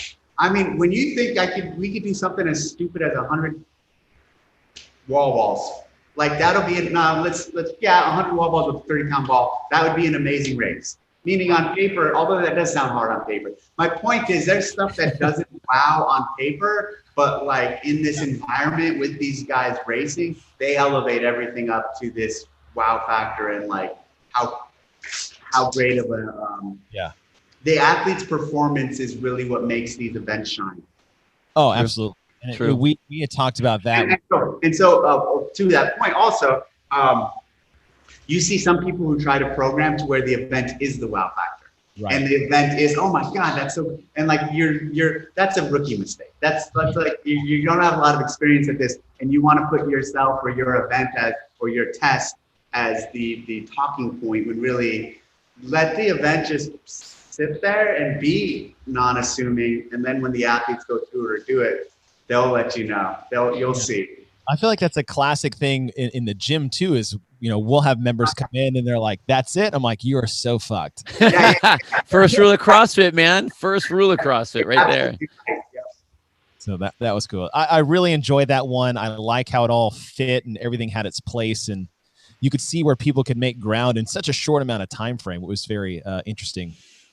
Yeah. Then, I was happy with how that one played out. And Matt said at that point when he finished, he's like, this was the hardest test of the weekend. That was very surprising to hear, but it was also cool. And then we come back to the sprint sled sprint. And this is a classic Castro callback. Absolutely. That's all it was. I mean, you should have just walked out onto the field and just kind of flipped everybody off real fast and said, here. At one point, I did want to replicate the sprint dynamic. Exactly. But then I got past that. At one point, I did want to repeat the sled event in the exact same way. Yeah. And I went away from that. And then I was like, fuck it, let's combine them. And very different, like in a different way, but the message was sent. Mm-hmm. And so, but it's also a nasty run all the way down the field, push the sled, run all the way down the field. The first 10 yards, watching them finish the sled and then try to turn and run and then realize their body wasn't cooperating of what their mind wanted to do. Oh, man, Bambi legs all day long. Now, was there any other versions you tested? I know you wanted to have the exact same sled just for purpose, but did you change, like, was it sprint sled, or how many different iterations? So there was a handful of different written iterations, but once I got to this sprint sled sprint idea, like that, you only have to test once. Right. You send some athletes out, okay, it hurt, I got it. And of course it's gonna hurt. And like the time, you figure out the time, but that one I didn't have to test a lot. In scripting it, there was a handful. Maybe it was just going to be a sprint and a sled. There was some stuff like that, but this one, pretty straightforward. Yeah, and turned out like the men's race was super exciting between Quant and Fraser. Yeah. 5 more yards and then Quant gets him. Yep. You got to put the work in. Okay, so I think there was a lot of events throughout the weekend where they were closer than people kind of acknowledged. The bike. Yeah. Even the first event, Maderos was at the end. There was a lot of that like sneakily, like Matt won, but if you're looking closely, there was someone right there. I think every guy had its shot. It was Maderos in event one. It was Adler in the bike event. I'm not going to count the total. It was that was funny. Noah in the toaster bar one, and then Quant got him. Got him in the swim one, but then almost got him again on this one. So he had his challenges. Yeah. And okay, so coming into the weekend, the biggest theme was this is going to be the toughest CrossFit Games ever. Yeah. Up until this point, we're like, this is the CrossFit Games. These are normal events. Those suck. That twist was cool on the run, but I'm like, okay, this is classic CrossFit Games programming. Yep. And then we were told what Atalanta was going to be. And it took me a long time to absorb the reality of this. Yeah. But then when you did your description, which was amazing, by the way, it made it make so much sense. Yeah. I was like, oh yeah, these five only would be able to at least be up for the task. So you explained it in that video, but walk us back to where this all, again, we said this was a big center point for that. We have a dog. Dougie. Doug the dog. He wants to go out. There he is. Okay. Yeah, early. Okay, this is another thing that can only be done as a final event at a games with no fans and with in the environment that we did it. Yeah. And again, doing a Sunday final event at Madison or Carson that's an hour long. I mean, it would be hard for people to get behind or rally behind. And so once we decided we were doing the games in California with very little fans, that's how this event ended up being as the final. Because I had also talked months before the games about this game being unlike any other games. And that's really what I meant, is ending with an event like this that was so long and so like over the top. Kind of some of the criticism of Mary last year kind of motivated this, and also just this notion of, I think even at the games last year, I think that's where I first thought, well, what if the 20 round, because see, so as soon as the games close, there's a lot of like, my mind is racing. And that happened this year too. So you talk about that first week after the games, It's also when my mind is like racing on ideas for the games. So already I have a page full of ideas for next year's games that I put down in that first week for the first few days after the games. And I put that down because I'll leave it, and I've left it now. So it's a couple weeks later, and I've kind of shelved it. I'll revisit it soon, but there's like 20 or 30 different fucking items of ideas or things to do next year. Some of them are really good, and I'm really excited about. But back up, this concept kind of started that day after that Sunday after last year's games. I personally really liked Mary, and I started experimenting with the idea of inserting it in Murph. Then as this all came through and we decided to do it here, I actually was planning that event to be in Madison, but it wouldn't have been the final. It would have been an earlier event. Then I decided, okay, now that we have no fans and we can do this, let's put it towards the end. Yeah. And as I started playing with it, there was a couple of different versions or routes to go, the unpartitioned and or the partition. So we brought out athletes and we tested it. And I needed to test it because conceptually, and when I told it to Justin and others, the initial response is, this is too much. And these guys aren't like, this is going to be dangerous. And I even thought, I'm like, this is dangerous. Yeah, this is negligent of us even. So we had athletes test it in isolation. And what I mean by in isolation, it wasn't in the full weekend. And actually, we had those athletes do some testing and then test that. And we had, at the same time, two different versions going, the partition and the non-partition.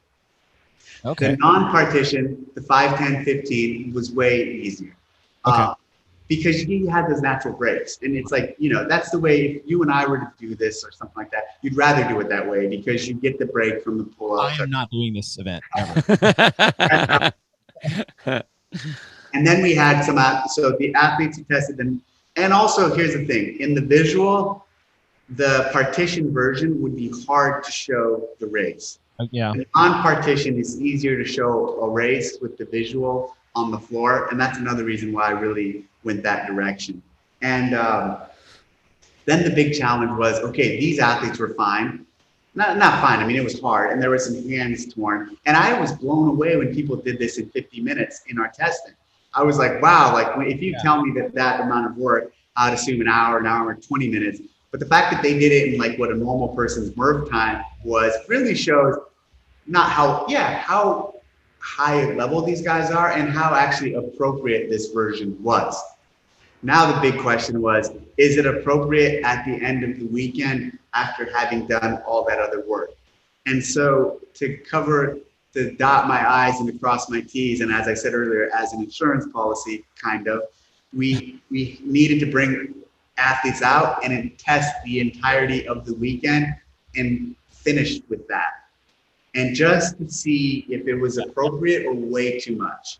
And which you could make an easy argument if we hadn't tested it all. You could say that's too much. And what if it would have been too much and someone would have been hurt or people would have went down or just, so we tested it and they were, it was really hard and it was what it was, but it made sense and it was okay to do. Because never do I think of these tests or events, is this okay to do? Or is this too much? But with this one, I thought that. With this one, I thought, is this okay to do? And really, why was I thinking that? Here's why. That amount of pull-ups with weight vest, and that at that point, and at that point in the weekend. And so you look, last year they did Mary, and most of them hit 20 rounds, and some hit 20 rounds or more, but it was all unloaded.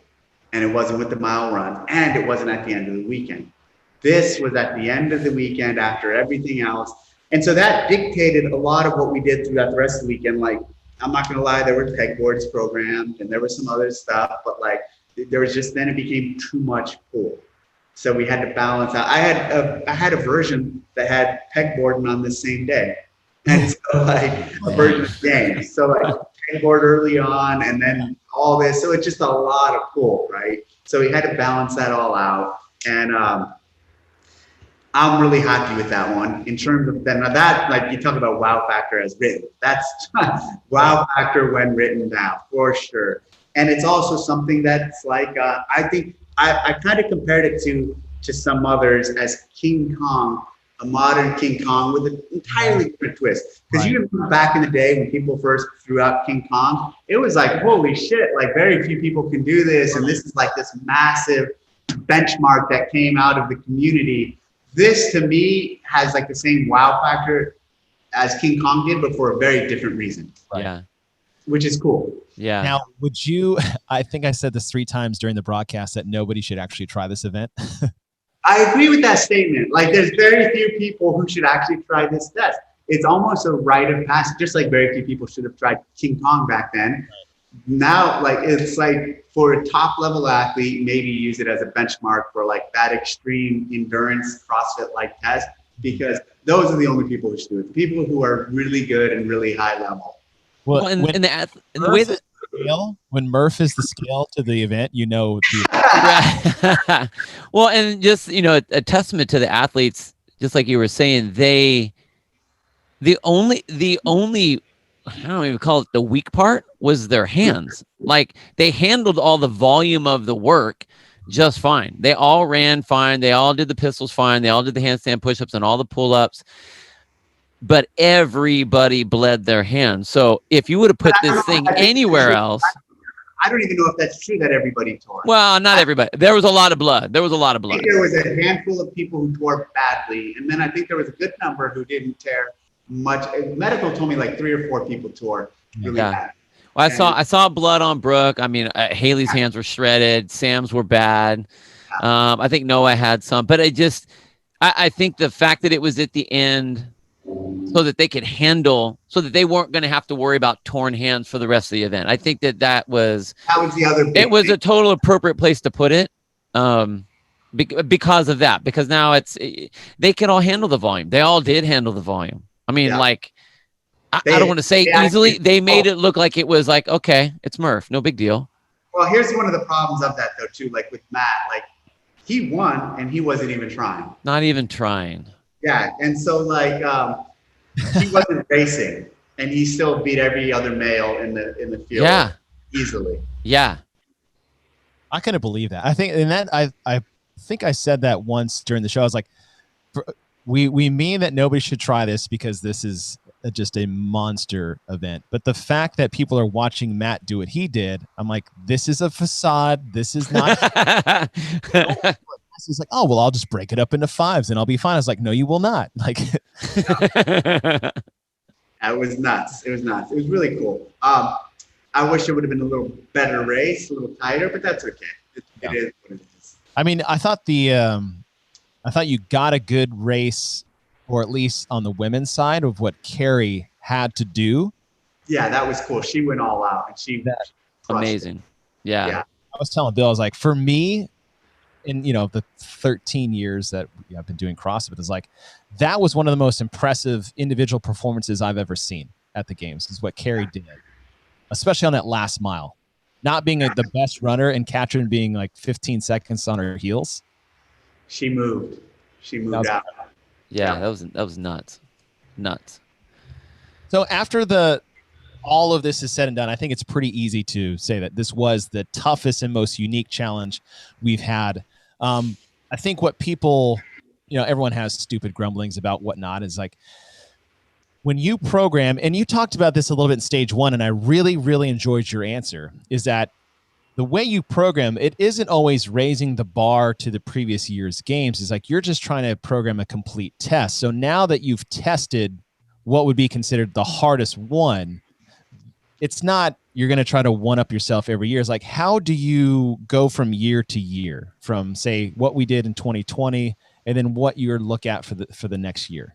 I just focus on the year. And you know what? Like after 13, like early on, there was a point where like it really feels, and I felt this in Carson early on, that year was the best year we've done, and a culmination. And there was like around 12, 13, maybe it was even 10, 11.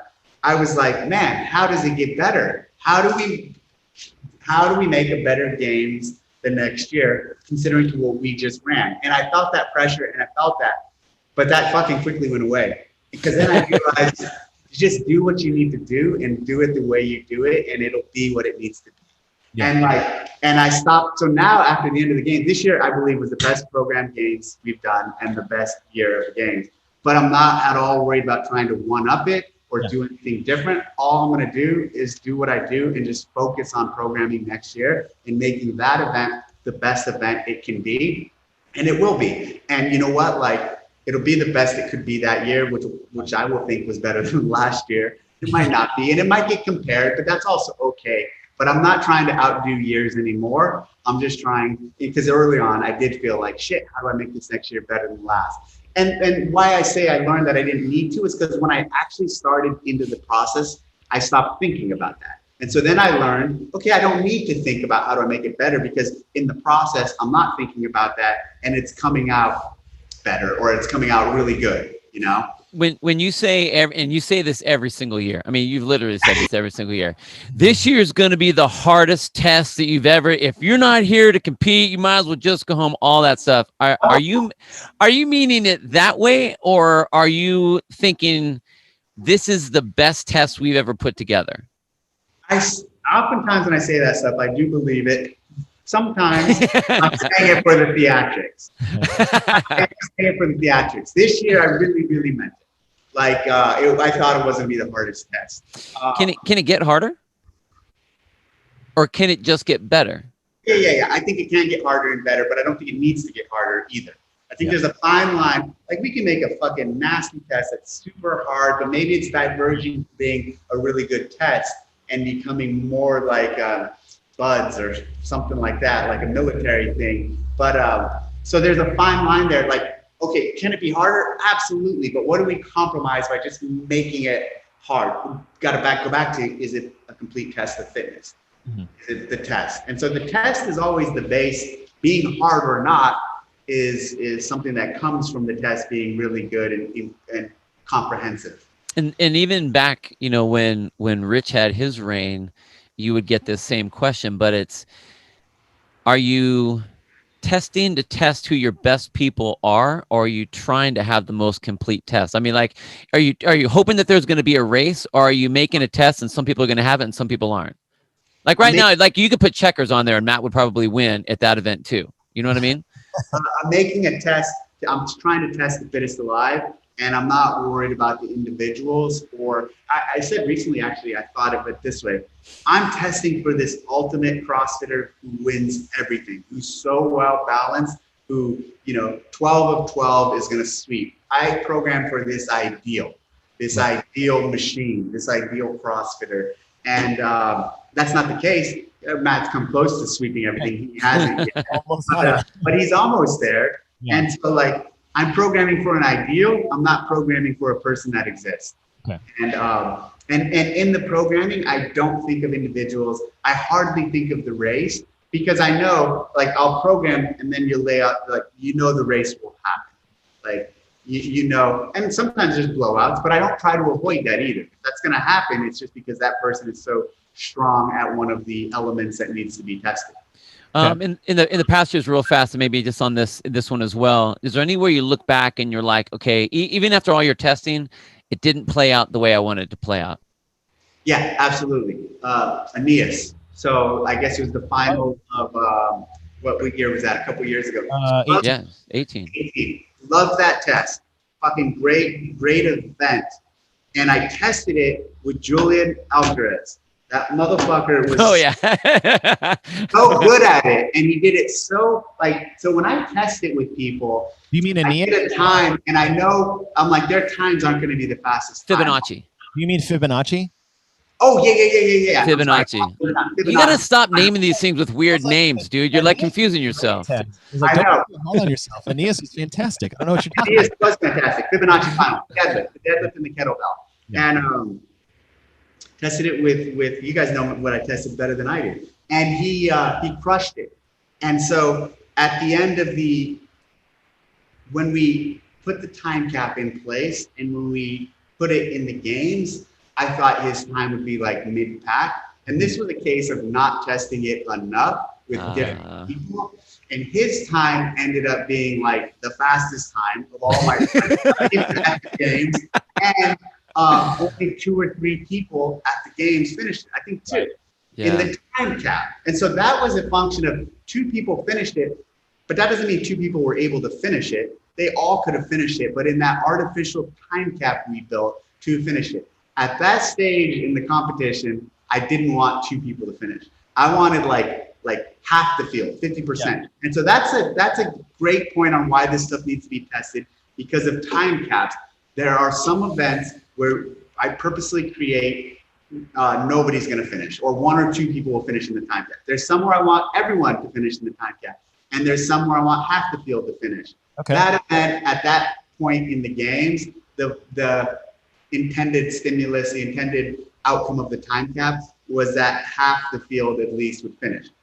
So I remember sitting in the stadium, and the first heat goes, and nobody finishes, and I'm like looking around like, that's not what I thought would happen. And the second heat goes, and like 1 person finishes. Yeah, who it was. And then the final heat goes, and I'm like sitting there like, hopefully like 9 of these guys are gonna finish, and like, well, Matt ended up being the only guy. So like, I got the time cap wrong on that one. And so like that when I go back and think about like,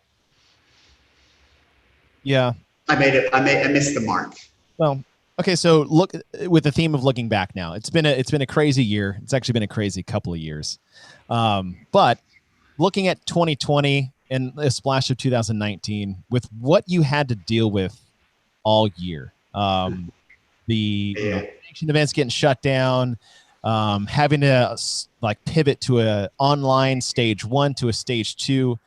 How do you look at the year and what you accomplished at the end? Are you happy with how things went, or? Yeah, massive success for what we were dealt with. So what we had to deal with and what we had to play with, I view it as a success. I'm really proud of it. I'm really proud of the team and everyone in CrossFit across the board for rallying and the external partners for making this happen because, there was a point where the whole thing was going to get called. And early on when like COVID first struck, before the Greg stuff happened, there was talk of just canceling the season. And I even was in a headspace where I thought maybe we should just cancel the season. But then through just some discussions with some people, I got out of that. And then it was really like, okay, we're going to win at all costs. And like, I got in this mindset, like, no matter what, we're going to make this season happen. It's going to look very different. And I think we got to that point. And I'm really proud of what happened this year. It'll never happen again unless another pandemic happens. Yeah. But we have a blueprint now for what to do in that environment. But yes, I'm in the same boat, and I was honestly in the same boat too. There's a point in time where all this was going on. I was like, and this was in the turmoil of the Greg stuff, and then you got put in the position of CEO, and it was more like with everything that's happening, I was with the boat of like, look, let's just not have the games and focus on the internals at the moment. Interesting, when I got put into CEO during that phase, there was a point where I was talking to people and they were asking me like, hey, what about the games and what are we going to do there? And I'm like, hey man, like honestly, the games don't matter right now. Right. Like, there's so much more going on in CrossFit and the community that needs to be repaired and focused on. And someone was critical of like, well, you're not talking to enough games athletes, or you're not talking to enough like directors. And I'm like, hey, that's like we need to fix and save CrossFit. And the games are not what we need to fix and save. We need to like re-rally the community and re-engage our people, and we need to gain the confidence back of affiliate owners and affiliate members. And like, so in my perspective at the point when I was in that role was the games were not a priority. Yeah. I was, well, I'll tell you what, blown away. I was with everyone else. If it wouldn't have happened, it wouldn't have been a black eye. It would have been like, oh, it's all right, because it was kind of expected. And, you know, being lucky enough to be at the games and do the broadcasting and watch the whole thing from behind the scenes and everything, it was like, oh shit, we're back. Like, it's back. It was, you guys did a great job. Thank you. You guys did a great job. Fast forward that when Eric was at the helm and I was solely focused on the games, I was like, the games are going to fucking happen. Now I'm singularly focused on one thing. Like, now I'm telling everyone, of course they're going to happen. What do you mean? and a testament to you, and I've mentioned this to Bill, and we said this on our show before, but like the position you're in now, I think is where you shine greatest. Like it just from the outside is like, you can see how much you love it, how much fun you have with it, how much you care about it. And the same thing with the training department side. We've seen that side as well. So I think what's nice is to have Eric in a position and management in a position that supports you. Yeah. More than, and I don't want to speak for anyone else, but I think more than you've ever been supported, because I feel like a lot of times the games were successful despite powers that be at times. For sure. And I'll tell you something about training. I really miss training. That was like, so you having been on the training staff, like I'm known in CrossFit, the greater CrossFit for the games, but what most people don't realize, it was my role in training and how significant that was and how much I cared about it. So even at this point, like, I still talk to Nicole on a regular basis, and it's something that's still near and dear to me that I wish I was a little more involved with, but under how Eric wants us to run, I understand why it is the way it is. And I'm going to run with the games, and I'm proud to have this role too. But I do miss the training aspect. Yeah, I understand that. I understand that as well. But I think as far as the season and you being in that position, and then your unrelenting, unwavering stance to make this happen, I have a lot of admiration of what you did, not just for the games, but for the community. Because as loud as maybe the obnoxious minority could be in terms of, oh, this isn't the way I wanted it to be, or perfection, is there is the majority around the world that needed this, that saw this as a pivot or a launching pad to the new era of CrossFit as a whole. And I just want to thank you for all your hard work in making this happen. It's beyond the games for me. This was a saving moment for the thing that I've basically put my life into for 13 years. So well, thank you guys. And thank you guys for being continued, ambassadors and people who care so much about this sport. And, that's the reality of all of this, is like, and even with everything that happened, you saw how much passion people have for the sport and the community, and how hurt people were. Yeah. And so there's been a big phase of everybody has to heal in their own way and at their own speed. And this, to your point, kind of helped with that for different people at different stages. I thought that was great. And so as we close out 2020, how much have you started thinking about 2021? Well, so like I said, that as soon as the games were over, I put down a lot. I got a lot of good ideas, maybe more so than I've ever had before, to contribute to the 2021 season. And the Open, I'm already starting to play with the Open and what's going to happen there. And there's potentially some big changes coming. So we're not ready to They just posted we're 100 days out of the Open, which made my butthole pucker up just a little bit. Already thinking about that, but it is this is the most excited I've been about the Open in a couple of years, for obvious reasons, with the changes that we've had. But coming off the games, I'm even more invigorated and excited about getting the community like back in it. Because for those 2 years, like I fought hard to get people on board. It's like, listen, we did in-house competitions and we made our own teams, and I tried to still make it fun, because we weren't about to bow out of a season that some people didn't agree with. I didn't agree with it either, but I didn't give a shit. I still love CrossFit and I love the CrossFit Games. But now coming off this and then the Open coming up, I'm even more excited. We don't know the details. Obviously, you're in charge of that. Is there anything you can give us that might be unique to this year that's changing, or something that you're really excited about without giving away the fun surprise? For the Open or for the season? How about the season outline? Well, for the season, we're going to have, well, like this has been said, but I want to reiterate, we're going to have affiliates, Bacchus, teams at the games and through all stages. And we're going to put a priority on affiliate involvement and engagement. And I'm really excited about that, because going away from the affiliate teams, going away from affiliate inclusion was a mistake. And so I'm excited to bring them back, because they're the foundation of all of this to a large degree. And the season will be, it'll have a start and an end, and it'll make a lot of sense, and it'll have a nice flow to it. And a lot of people, we've had a lot of conversations with a lot of the partners and people who'd be involved, and there's a lot of excitement around it, because I like to say it's built from a foundation of reason. Like, it makes sense, and everything we're going to do has numbers that support it, basically. And it's built not just off the whim of like what we want to do, but with the foundation that makes sense.